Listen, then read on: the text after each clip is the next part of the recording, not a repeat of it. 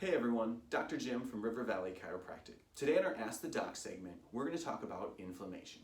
So what many people don't realize is that inflammation isn't always a bad thing. Before we talk about inflammation though, we have to talk about the three phases of healing.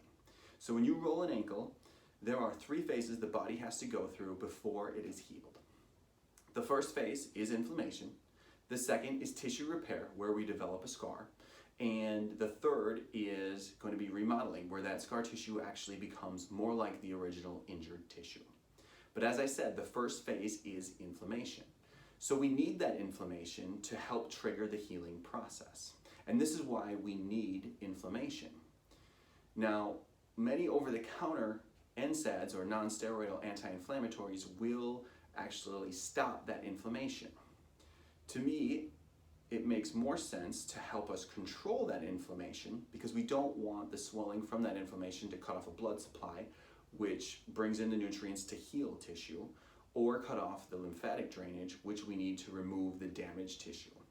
So if we control inflammation and then help it complete its process a little faster, then we can move through those three phases a little bit quicker and help us feel better a little faster. So just to summarize, as I said, inflammation isn't always a bad thing. We do need it to move through the healing process, but we do want to control so that it doesn't overwhelm the system, and we want to help it move through that process a little faster. In the clinic, we have this supplement called Inflam 95. It has different herbs and supplements in it that help inflammation move through that healing process a little faster. And that's usually what I recommend for people who are struggling with inflammation or in the healing process.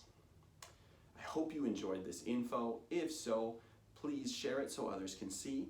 And as always, make sure you subscribe to our YouTube channel at River Valley Chiropractic on Alaska if you're looking for more info like this.